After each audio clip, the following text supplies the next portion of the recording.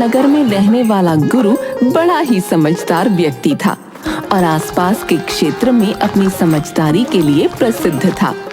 लोग उसके पास अपनी समस्या लेकर आते और वो उन सबको चुटकियों में हल बता दिया करता था। एक दिन प्रेमपाल नाम का एक आदमी गुरु के पास आया और बोला,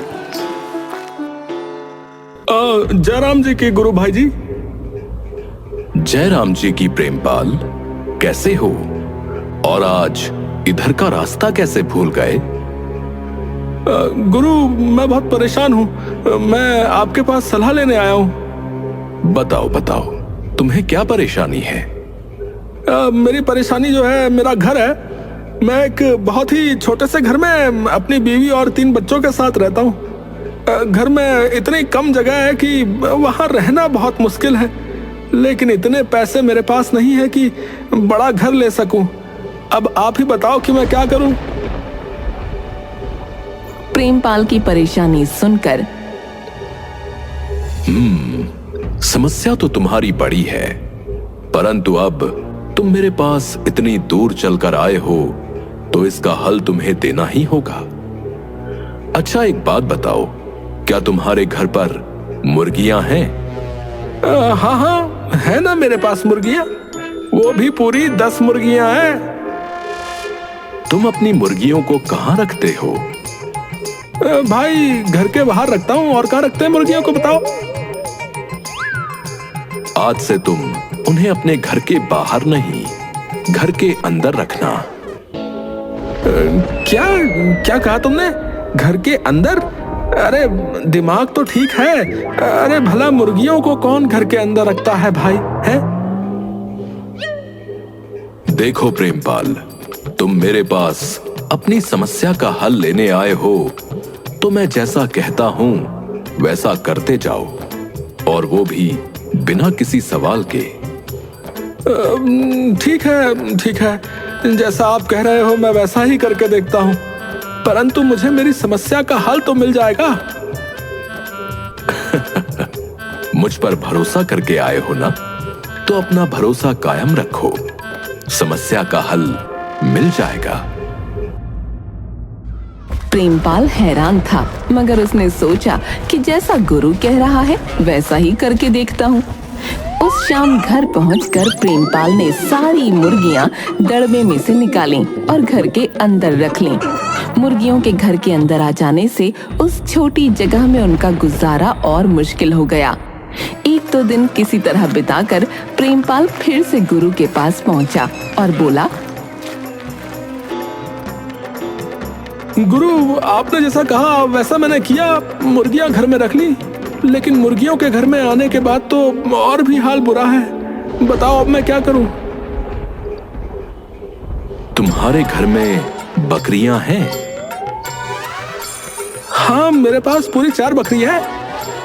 तुम बकरियों को कहाँ रखते हो? अरे भाई गुरु, और कहाँ, घर के बाहर बांधता हूँ उनको। ठीक है, आज से तुम अपनी 4 बकरियों को अपने घर के अंदर ही रखोगे। प्रेमपाल हैरान होकर गुरु को देखने लगा। जैसा कह रहा हूँ वैसा करो। प्रेमपाल घर लौट आया और जैसा गुरु ने कहा था वैसा ही किया। सारी बकरियां घर के अंदर रख लीं। अब घर में और जगह न बची थी। सब के सब बहुत परेशान थे। कुछ दिन उसी तरह रहने के बाद प्रेमपाल फिर गुरु के पास पहुंचा और थोड़ा गुस्से में बोला, मेरा घर भर गया है। मुर्गे और बकरियों के कारण घर में रहना बहुत मुश्किल हो गया है। पाँव रखने को भी जगह नहीं बची है। तुम्हारे घर पर गधा है? तो क्या आप उस गधे को भी अपने घर में रख लूं? हाँ, रख लो। उस गधे को भी आज से अपने घर के अंदर ही रख लो। प्रेमपाल गुस्से में घर चला गया और गधे को भी घर के अंदर ही रख लिया। वो करता भी क्या, उसके पास गुरु की बात मानने के सिवा दूसरा कोई रास्ता भी नहीं था। मुर्गियां, गधे और बकरियों के साथ किसी तरह उसने और उसके परिवार ने कुछ दिन गुजारे। सब बहुत परेशान थे। जब रहा न गया तो प्रेमपाल फिर से गुरु के पास पहुंचा और बोला, ये कैसी सलाह दी है आपने मुझे? मैं तो आपकी बुद्धि की चर्चा सुनकर आपके पास अपनी समस्या का समाधान मांगने आया था, और आपने तो जीना ही मुश्किल कर दिया हमारा। मैं ही गधा था जो आपके पास सलाह मांगने आया था। हाँ, क्या घर में बिल्कुल जगह नहीं है? मैंने पहले ही तो बताया था कि मेरा घर बहुत छोटा है और हम इंसानों के रहने के लिए भी वहां जगह नहीं है। अच्छा, तो ये बात है। इसमें परेशानी की क्या बात है? एक काम करो, उन मुर्गियों, बकरियों और गधे को घर से बाहर निकाल दो।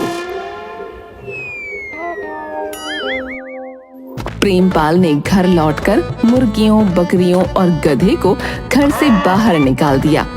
उसके कुछ दिन बाद वो फिर गुरु के पास आया।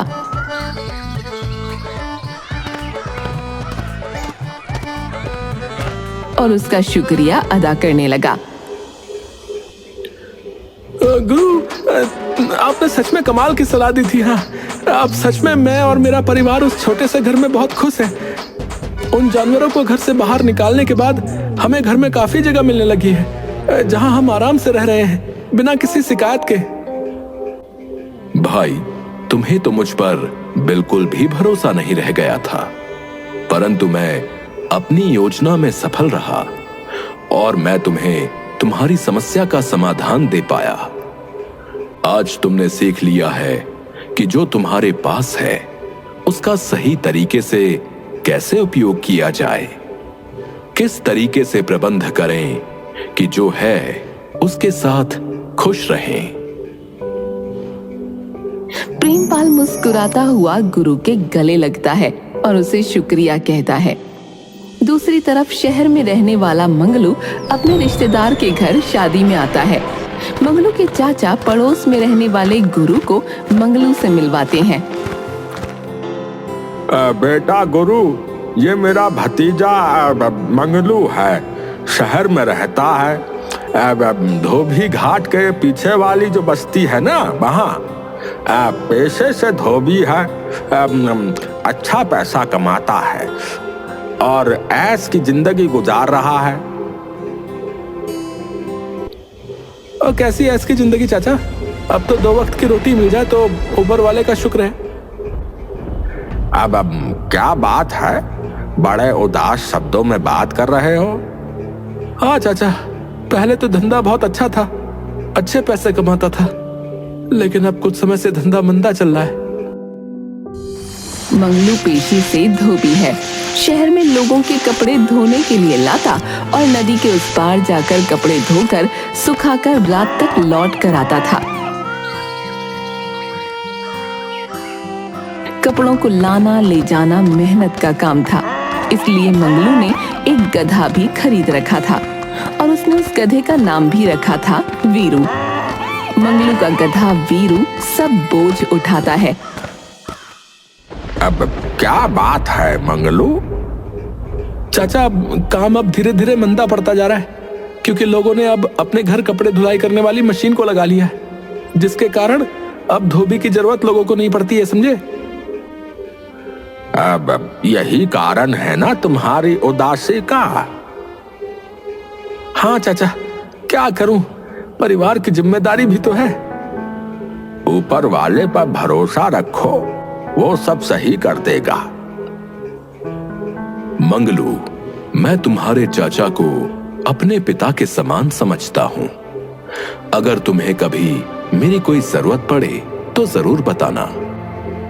अब हाँ बेटा मंगलू, ये गुरु बड़ा ही होनहार है। सिर्फ हमारे गांव के ही नहीं, आसपास के रहने वाले लोग भी अब अपनी समस्याओं का समाधान लेने इसके पास आते हैं। हाँ, शुक्रिया भाई गुरु, परंतु मेरी समस्या का समाधान किसी के पास नहीं है और इसका समाधान मुझे खुद ही ढूंढना होगा। मंगलू शादी समाप्त होने के बाद शहर वापस लौट जाता है, परंतु उसकी स्थिति दिन ब दिन बिगड़ती ही जाती है। एक दिन मंगलू की पत्नी शीला मंगलू से बोली, इस तरह घर चलाना अब मुमकिन नहीं हो रहा है। आप कुछ और धंधा क्यों नहीं करते?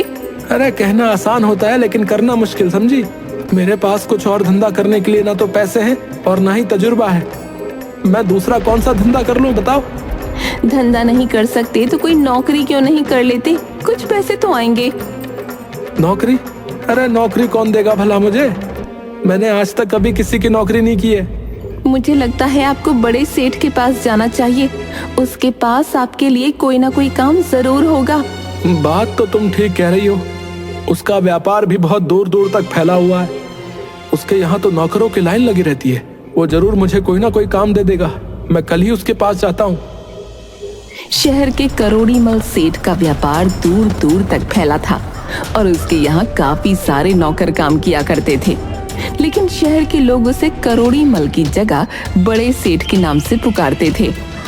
सेठ के यहाँ नौकरों की भीड़ लगी रहती थी। अगले दिन मंगलू बड़े सेठ के यहाँ काम की तलाश में पहुंचा।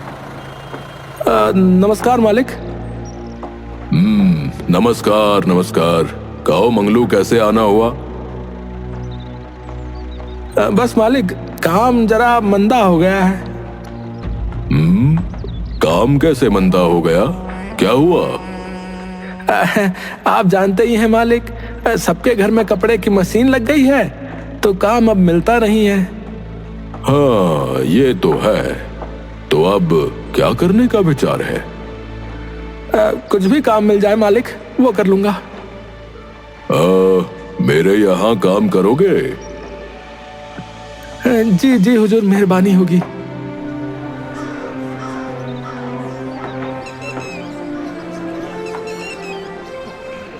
देखो मंगलू, तुम्हारी ईमानदारी के बारे में तो मैं जानता हूँ, इसलिए मैं तुम्हें माल पहुँचाने के लिए काम पर रख लूंगा। मुझे माल पहुँचाने के लिए आदमियों की जरूरत रहती है। मालिक, मैं पूरी ईमानदारी के साथ काम करूंगा। आपको शिकायत का मौका नहीं दूंगा। मुझे पता है और तुम पर पूरा विश्वास भी है, लेकिन इस काम के लिए तुम्हें किसी सवारी की जरूरत पड़ेगी। कभी कभी माल भारी भी होता है। मालिक, आप उसकी फिक्र मत कीजिए। मेरे पास माल की ढुलाई करने के लिए मेरा गधा वीरू है ना, वो इसमें मेरी मदद करेगा। सेठ ने मंगलू को माल पहुंचाने के लिए रख लिया। मंगलू अब सेठ के यहाँ काम करने लगा था। माल ढुलाई में वीरू उसके बहुत काम आता था।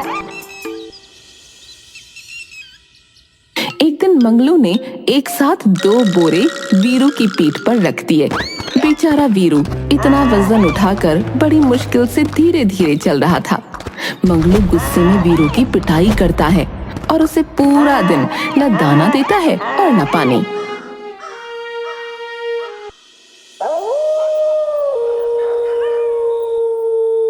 रात को पीठ की दर्द से परेशान हो वीरू खुद से बातें करता है। मैं तो इस मंगलू से परेशान हो चुका हूँ। न जाने इसे कितने पैसे कमाने हैं। ये सोचता भी नहीं, एक साथ इतना वजन मेरी पीठ पर रख देता है। ये सोचता भी नहीं कि मैं कैसे चलूंगा, और ऊपर से मेरी पिटाई भी कर दी सो अलग। इस पर भी इसका पेट नहीं भरा, ना ही मुझे दाना दिया और ना ही पानी। बस अब बहुत हो गया। अब मुझे इस अन्याय के खिलाफ आवाज उठानी ही होगी, वरना इसका अत्याचार तो मुझ पर बढ़ता ही जाएगा। एक दिन मैं इसे सबक जरूर सिखाऊंगा और अपनी इस पिटाई का बदला भी लूंगा। हाँ। मंगलू से बदला लेने की बात सोचते हुए बेचारा वीरू भूखा ही सो जाता है। दूसरे दिन भी बिना दाना पानी के दिन भर काम कराता है।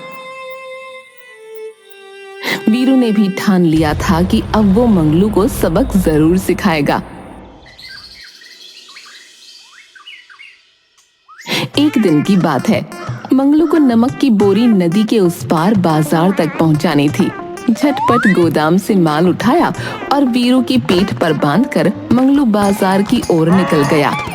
रास्ते में मंगलू खुद से बोला, बाजार जाने के लिए अगर मैं पुल की तरफ से जाऊंगा तो 6 किलोमीटर चलना पड़ेगा और उसमें समय भी अधिक लगेगा।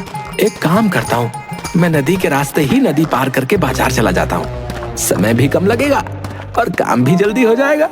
चलो अच्छा है, पानी के रास्ते जाऊंगा तो मुझे भी कम मेहनत करनी पड़ेगी, वरना ये मुझे 6 किलोमीटर जाना और 6 किलोमीटर आना, यानी 12 किलोमीटर चला कर ले जाता। देर से ही सही पर ईश्वर ने इसे अक्ल तो दे दी। वीरू जैसे ही पानी में उतरा, उसने अपनी प्यास बुझाने की सोची। वीरू कुछ देर ठहर कर पानी पीने लगा। जैसे ही बाहर निकला तो पीठ पर वजन काफी हल्का था। वीरू खुद से, अरे मेरी पीठ पर रखी हुई बोरी का वजन अचानक से कम कैसे हो गया? बोरी तो किसी ने नहीं उतारी, परंतु ये पहले से हल्की हो गई है। लगता है ये जादू की नदी है। इसमें उतरने से मेरी पीठ पर रखी बोरी का वजन कम हो गया और शरीर भी हल्का हो गया है। वीरू की पीठ पर नमक की बोरी थी। वो पानी में रहने के कारण घुलकर बह गया। वीरू को समझ आया कि ये जादू की नदी है। इसमें उतरने पर वजन घट जाता है। वीरू ने अब नित्य निरंतर यही करने का अभ्यास बना लिया था। इस कारण मंगलू काफी परेशान रहता, क्योंकि सामान ठीक प्रकार से सही जगह नहीं पहुंचता। रास्ते में ही सारा माल बह जाता या खराब हो जाता। एक दिन सेठ करोड़ी मल मंगलू से बोले, हाँ मंगलू, आजकल तुम माल बराबर नहीं पहुंचाते हो, माल खराब हो जाता है। आखिर ये सब हो क्या रहा है भाई? है सेठ जी, ये सब मेरे गधे वीरू की वजह से हो रहा है। वो नदी के रास्ते जाते वक्त नदी में उतर जाता है। मैं उसे कितना भी रोकता हूँ पर वो नदी के पानी को देखकर प्यासा हो जाता है, जिसकी वजह से ये सब गड़बड़ हो रही है। देखो मंगलू, मैंने तुम्हें तुम्हारी ईमानदारी की वजह से रखा था, और अगर मुझे काम में शिकायत आएगी तो मैं तुम्हें काम से हटा भी सकता हूँ, समझे? इसलिए तुम्हें अपने गधे का जो करना है वो करो, लेकिन मुझे मेरे काम में कोई शिकायत नहीं चाहिए, समझे? ठीक है सेठ जी। घर जाकर मंगलू वीरू को बहुत पीटता है। क्या बात है, इसकी जान ले लोगे क्या आज? भला इतना क्यों मार रहे हो? अरे तुम्हें नहीं पता, कुछ दिनों से इसने मुझे परेशान करके रखा है। रोज सेठ का माल खराब करता है। इसकी वजह से मेरी नौकरी चली जाएगी। आखिर बात क्या है ये तो बताओ। मंगलू शीला को सारी बात बताता है। तो तुम इसे नदी के रास्ते ले ही क्यों जाते हो? अगर मैं इसे पुल से भी ले जाऊं तो भी ये नदी देखकर प्यासा हो जाता है और जबरदस्ती नदी में उतर जाता है। तुम एक काम करो, एक दिन के लिए गांव चले जाओ।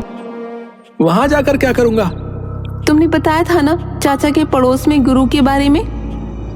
हाँ, तुमने बिल्कुल सही याद दिलाया। मैं कल सुबह ही गुरु भाई के पास जाता हूँ और इस गधे का इलाज करता हूँ।